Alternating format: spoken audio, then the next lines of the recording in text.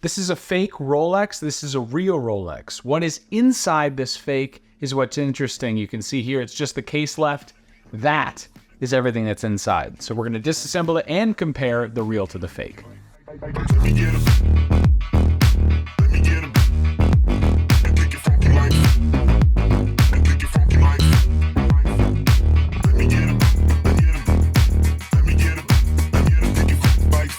All right, so let's not waste any time here. We're going to get first into these watches. Now, they obviously don't look anything like one another, and that's pretty straightforward from looking at them, but this is the real Rolex that I have at my disposal to be able to take apart. The one on my left here is my Rolex Explorer 2. It is an older reference from the 90s. The one in my right hand is obviously the fake Rolex. It's supposed to look like a GMT Master 2. I don't remember the reference number, but it's the original Rolex GMT Master 2 when it first got reintroduced. So it's got the Swiss made at the bottom. All of that is actually accurate, including the movement in the back is supposed to be a 3186, which we'll get into a little bit later. The bezel works as it's supposed to. The crown unscrews as it's supposed to. The watch itself winds. Now, I'm not obviously using two watches that are identical because, again, I don't have one at my disposal, and because I already did that in a separate video. You can see it even has the independent set hour hand built in because it's a clone movement. Inside the actual Rolex here, the real one, you have the 3186 caliber. It obviously has the same adjustable. You'll see that the hand is a little snappier as it moves, so it's a little less kind of mushy as it swaps between the hours, but basically both of them work. So the question here is, what is the difference on the inside? So let's do my favorite new game that I just made up, fake versus real.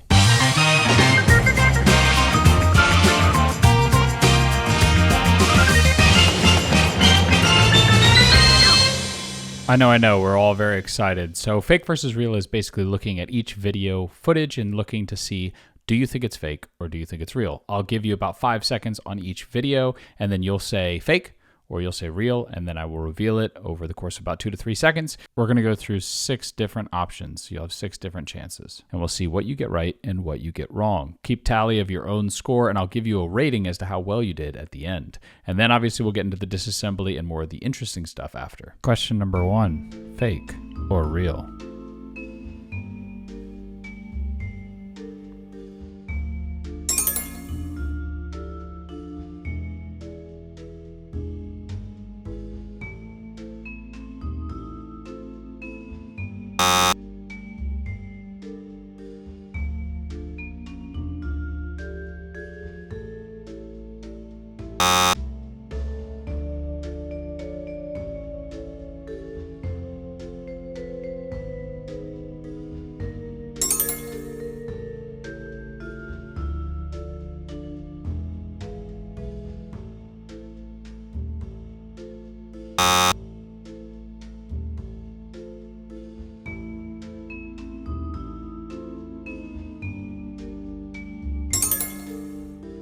All right, so how'd you do? Obviously, we're not going to actually have a ranking here of how well you did, but if you got 6 out of 6, good for you. We can look now at exactly what it looks like between the fake and the real in person. Obviously, the real is on the right, the one that I'm moving right now.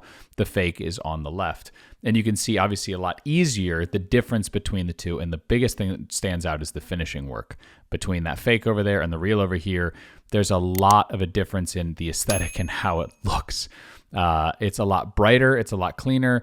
Those wheels up there at the top are a different color. You've got dirt on the top of this oscillating rotor, which you don't on the real. It's just much more obvious right away. One is real and one is fake. And so the goal here is so you could see a fake watch in person and know that it's fake without having a real next to you. So that's what I'm trying to help with here. As you look at the balance here, you can see even more clearly that the finishing difference on the bridges is very different from one to the other. And you can see also that the hairspring, which is basically that spring that is making the balance rock back and forth, is a different color. The real obviously has a much more blue color to it, whereas the fake is not so blue. The parachrome hairspring that Rolex uses is a blue hairspring. So if it doesn't have a blue hairspring or a bright blue hairspring, that's a dead giveaway that this is a fake. So as we look at these in a different light, you're going to be able to see here on this fake version that the oscillating rotor spins, everything looks kind of correct. I'd have you pay attention to these reversing wheels right here and here. These reversing wheels have a different tooth look on the fake than on the real. We'll show you on the real here in a second. You can see obviously the finishing's different. You've got, all this dust on every different part of the watch because obviously it was made very cheaply. You can see as we come over here to look at the balance, all these different issues with the finishing is just, it's there, but it's not at all refined. It looks kind of rushed. So as we switch over to the reel here, you'll see that this is what it's supposed to look like. It's supposed to be refined. It's supposed to look nice, regardless of the fact that you never see it. The screw heads don't have galling or scratching on them. The rotor, once you spin it up here, obviously oscillates correctly. You can see the blue hairspring there pretty clearly. So as we spin this oscillating rotor, you're going to see right away when you look at those reversing wheels, one, the color, but also the angle of that tooth is much sharper, much nicer on the real Rolex than it is on the fake. But the real question here is, what is the difference on the fake and how exactly does it actually compare, especially when you start to disassemble it? While it looks correct from the backside, generally it looks correct, it is not the exact same movement. And I'll show you what that looks like as we break it apart. So when we take the back off here in a second, you'll see as we start to go through this disassembly that while it says it's a 3186, it says it's a clone, a perfect clone of a Rolex movement, it's not. There are shortcuts, there are differences in bridges, there's differences across the entire movement that Rolex does not do that this fake does, because this generally looks like a standard movement that they've made look like a 3186, and they've changed the bridge mechanics that make the GMT function work. While functional, it's not the exact same. So we're going to go through what those differences are. Now let's pause real quick. I want to go through an old fake Rolex used to use a quartz movement. People used to say that a watch or a fake watch ticks and a Rolex sweeps. Now that's no longer correct, but this is what a quartz movement looks like. It's driven by a battery. This is a luminox, so you can see here it's got this copper wire. I could go through it in depth in a different video, but basically it uses battery power to use a circuit board to basically decide when it changes 1 second to the next. An automatic movement uses a pallet fork and the spinning of a balance wheel, which works like a pendulum, to make the watch sweep or look like it's sweeping. It's still ticking. It's just a lot more ticks per second. Either way, now let's go through the disassembly.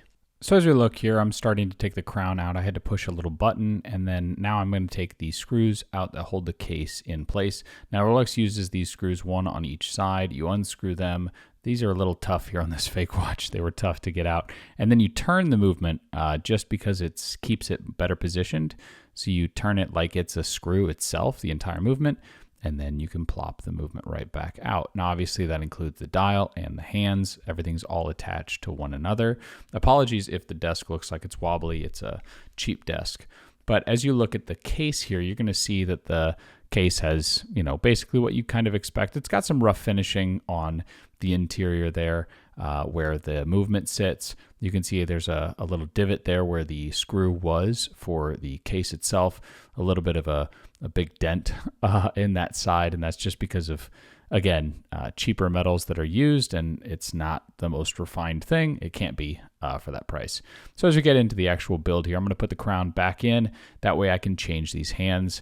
It's easiest to take the hands off when they're all in the same spot. That way I can kind of, get them all off at once instead of trying to work around where each hand is in space. So I try to get them all in the same place. I use this Bergeron little dial protector, but it really kind of is not my favorite. I prefer a plastic sheet, which I'm going to use on the second set here, but I used it for these first two hands. And then I switched back to my typical, which is to use this plastic bag. Basically, it's a dial protector. It's a lot easier. Then I use these tweezers here. These are a plastic tipped, Delrin is the plastic tipped tweezers, and that's so that I don't damage the hands. Again, I don't need it for this fake Rolex, but I tend to try and use the same things for everything. It's tough to pick that thing up. I try to use the same things for everything. This here is a hands case holder, and it has this plastic sheet on the top and bottom, so it suspends them inside of that little case. Again, don't need to be doing all this stuff, but I'm doing it because I like to practice, and so it's helpful. Now, the dial here has a lot of dust on it. It kind of came out of the case like that. This is not the cleanest environment for me to be able doing this in general. Usually I blow them off in between. These screws here I'm showing you, that's what's holding the dial in place. So that screw right there, that tiny little guy, I'm going to screw off camera because I have to be able to see it. But once I unscrew those, then these feet that are sticking down into the movement are then good to release, and I can pry the dial up out of place, and you can see what's underneath the dial. You can also see the back side of the dial here, which I thought was really interesting. I always take a look at these things to see how they fastened each of these indices on, and these are just rivets and glue. You can also see that recess built in the dial there for the actual one of the wheels that's built into the MotionWorks. And now we're going to put the dial here in this little dial holder. Again, I'm just used to using these sorts of things. This is really sweet to be able to hold these dials correctly and again suspend them. Now that dust that's on there, please forgive that. That's on the top of this dial protector. I haven't had much time to work on watches recently. Now we're going to start taking apart the MotionWorks on the top. Part of that's going to be the calendar assembly, which is what I'm going to do right now. Rolex uses this really interesting screw that you give like a half turn or a quarter turn to, and then it releases the date wheel so that you can remove the date wheel out of place. Just a neat little thing that they do in their movements. And then obviously I can take the date wheel out. One of the things that's really, important to me when I look at these watches is the design of what the watchmaker intended, why they put what they put where they put it. And that's kind of where I think Rolex is, really good. They're smart about where they put things, how they design their movements. And that's why they're so famous for watchmakers, because they're kind of intuitive and they're a really ingenious way of solving this problem of putting time, a mechanical version of time, on your wrist. And that's kind of why these fakes aren't my favorite, just because they're kind of ripping off these ingenious, innovative ideas. But again, that's just my opinion. So as you go through here, this disassembly, you'll see I'm going to take some of these screws off. I'm not really sure what to do because this part of the watch looks very different than a normal 3186 should. I should be looking at a different bridge that I should be taking off. So I'm kind of taking some of these screws out to figure out what am I missing here.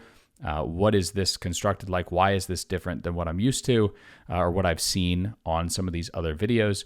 And I finally figure out that it looks like the entire MotionWorks is set down, or the entire GMT function, instead of having separate plates, is basically set down with its own individual set of screws. Now, I'm not sure if these screws are actually heat blued or if they're just kind of colored blue, but they're blue screws in general. Heat bluing is a whole other process that makes them, look nice and be better in terms of resistance to both corrosion and in terms of strength. That is the plate I'm talking about. So that is typically not what this looks like. I'll show you real quick. This is what the 3186 is supposed to look like. You're supposed to have a bridge here, and then you can see that there's a separate section here before you get to the main bridge that holds a lot of the MotionWorks down. But obviously, as we look here, you can see this is one single plate of bridges, and it's got all these different jewels built in it. And, I imagine it's a much cheaper way to develop this watch. So makes sense for why they did it for the fake. And you don't see it because it's hidden behind the dial. So as I get back into the disassembly here, I'm going to take some of these wheels off so that way I can get closer down here and get off each of these pieces. Again, each of these is not really finished that well. It's there, but it's not finished the greatest. This is a cannon pinion remover. I'll show you real quick what the cannon pinion looks like. It's that little piece there that's friction fit.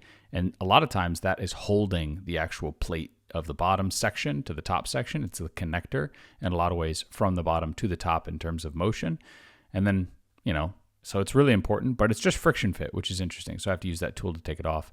This is the GMT works that I'm working on here, which this looks correct generally.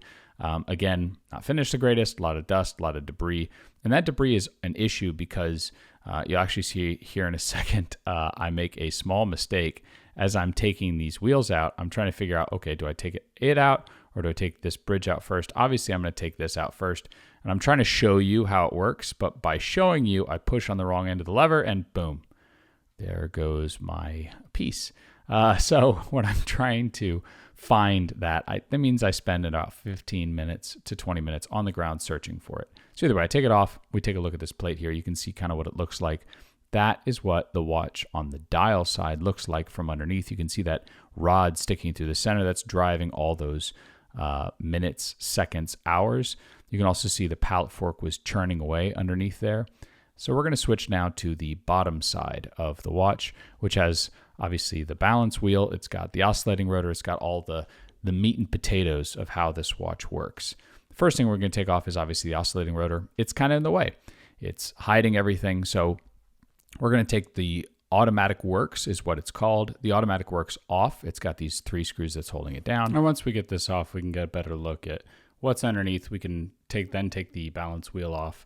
But as we take it off, we'll get a better look at these reversing wheels, the red wheels that are very particular to Rolex. Those wheels allow that rotor to spin the balance, whether it oscillates or rotates one way or the other way.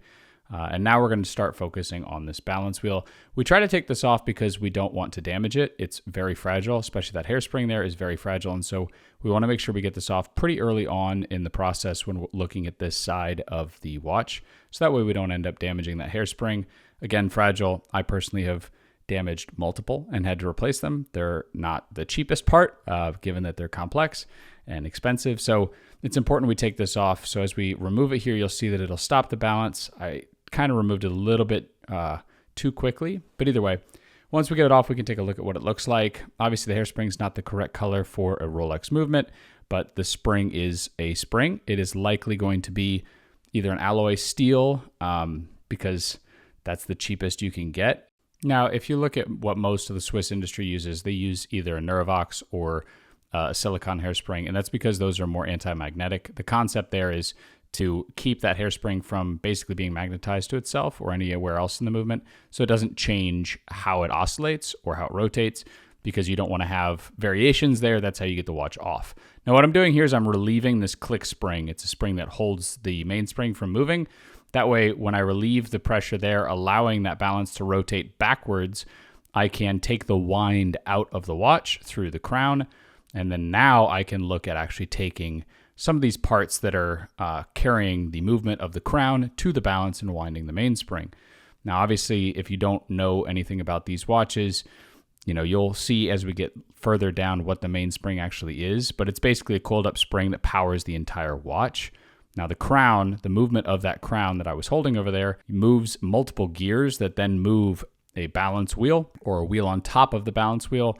And that is what turns the arbor inside this mainspring, it basically coiling up the mainspring. And then it uncoiling itself is what powers the entire watch. Again, you'll see that as we get going there, but I'm just taking each of those gears off. That right there that I'm moving, that tiny little spring, that's the click spring. That spring is what keeps the watch basically from unwinding because, again, you want, when you wind it, for it to actually wind up and stay wound up and not to unwind. Now I'm going to start looking at this bridge that's holding the train wheels down.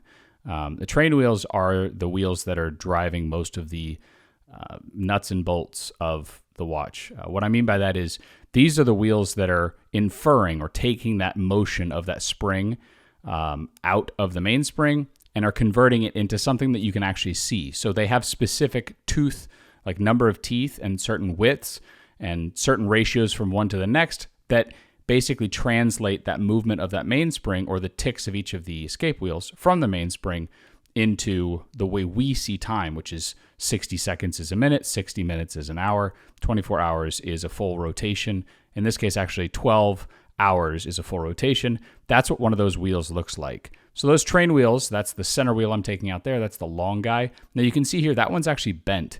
And that's one of the things that you're going to find on cheaply made watches, especially a fake Rolex. They're not going to be really taken care of. And a bend like that in your center wheel is really going to cause the watch to not work over time. So just keep that in mind. When you're looking at these watches, it's not just finishing, it's also, mistakes that they made in making the watch. This right here is another wheel you can see. I'm just showing you a couple close-ups as we get through here so you can see, one, the level of finishing. That dust and debris is also an issue just because the more dust and debris, the more you can get that mixed in with the oils, and then you have the watch actually have issues, service issues over time.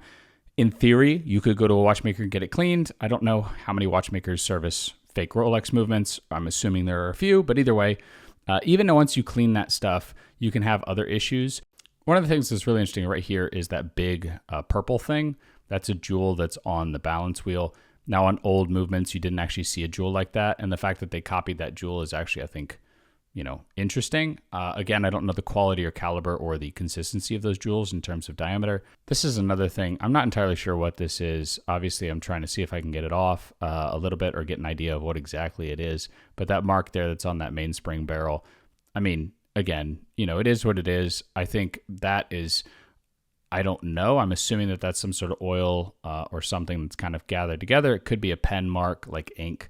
But either way, again, not super comforting. The problem you have, again, as I said, with these Rolex movements or these fake Rolex movements is the fact that you end up with things that look correct, but you have potential issues in a near term. And if you're buying a $600 watch, my assumption is you're trying to save money. And the last time I got a watch serviced, not Rolex, but the last time I got a watch service, it cost me about $700-800. And that's just par for the course. So you could be doubling the cost of you buying a watch like this, thinking you're going to save money. And at that point, you're pretty close to the price of a vintage Rolex. You're not quite there, but you're pretty close. So I would keep that in mind if the goal is to buy this brand. Obviously, there's plenty of other brands that are amazing. Seiko, for example, is just the same price as this fake Rolex. So, you're not really saving that much money in the end, especially if you look at a Seiko. You're probably going to get way better value than you will with something like this. Again, just my opinion. So as we look here, we're going to start taking some of these pieces. What I'm grabbing right now, this is the pallet fork that I'm having difficulty with. It is a tiny, tiny little piece. You saw in the illustration earlier exactly what that pallet fork does. I'm trying to get it to closer view so you can see what it looks like. That little guy right there is what regulates the angles on those jewels right there, are what help regulate the speed and consistency of the watch and allow it to basically tell you the time. And this Swiss lever escapement has been popular and basically the way of making watches since the 1700s. So a very long time, but insane that they were able to make these small parts exactly as precisely as they are now by hand. And that's why people love, watchmaking that's done by hand or with technical precision or has prowess, because that history element says a lot and has a lot of history behind it. Whereas obviously a copy that's made on a CNC machine is not nearly as motivating these days. But pretty interesting. If you want to learn more about the history of movements or watches, check it out. You could probably find plenty of videos online that talk about Thomas Mudge and Huygens and all of that sort of thing. It's pretty interesting stuff. Now here I'm working on the keyless works. They're called the keyless works because pocket watches used to be wound with a key.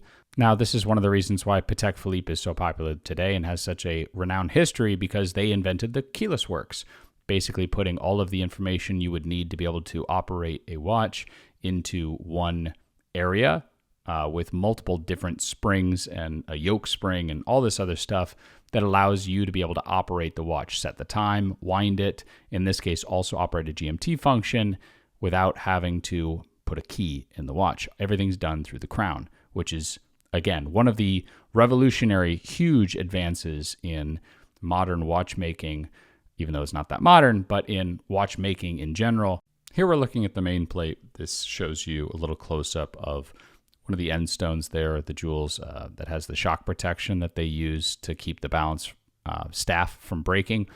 Now that shock protection is not exactly the same as Rolex. You can also see all the different jewels that are built into this main plate. You can see where each of the parts was supposed to go, what's recessed, what's not. Again, it visually looks close to the real one, but the real difference is going to be in longevity.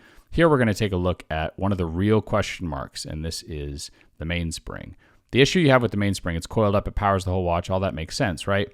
The problem is going to be whether or not that mainspring is in good shape. Is it over-oiled? If it's over-oiled, you're probably going to have a service issue pretty quickly. If it's bent, you run the risk of tiring that spring because, those bends, it's like bending a piece of metal one way, then the other, then the one way, then the other. Over time, you're going to snap that spring and it's no longer going to function. So what you don't want to see is a bend. And unfortunately, when we take this thing out, you'll see pretty quick here that this mainspring does not look good. There is a really weird shape. It should be a perfect curve all the way around. As soon as you get towards the arbor end, which is on the right side of the screen, as soon as you get to that arbor end, you can see all those bends all the way through that coil. And none of that is the way it's supposed to look. The whole thing's raised a little bit. And so the problem you're going to have there is that mainspring's going to tire out and eventually break. And when it does break, then you're looking at obviously the service, which obviously I went over those costs, don't need to recover that again. Here we're looking at the automatic works. This is the last piece that I have not disassembled. Some people disassemble this automatic works early on. I do it at the end just because, frankly, I forgot about it. I set it to the side of the table, put it underneath the cover, and it kind of just remained there until I did everything else. You can see me taking that apart. You can see those reversing wheels there. Now, those are a Rolex invention that's, again, now been ripped off in this fake. That is another really smart way, because on a lot of old watches, what you have is they wind one direction when the weight, let's say spins clockwise. It winds the watch. When it spins counterclockwise, it's just a free spinning weight.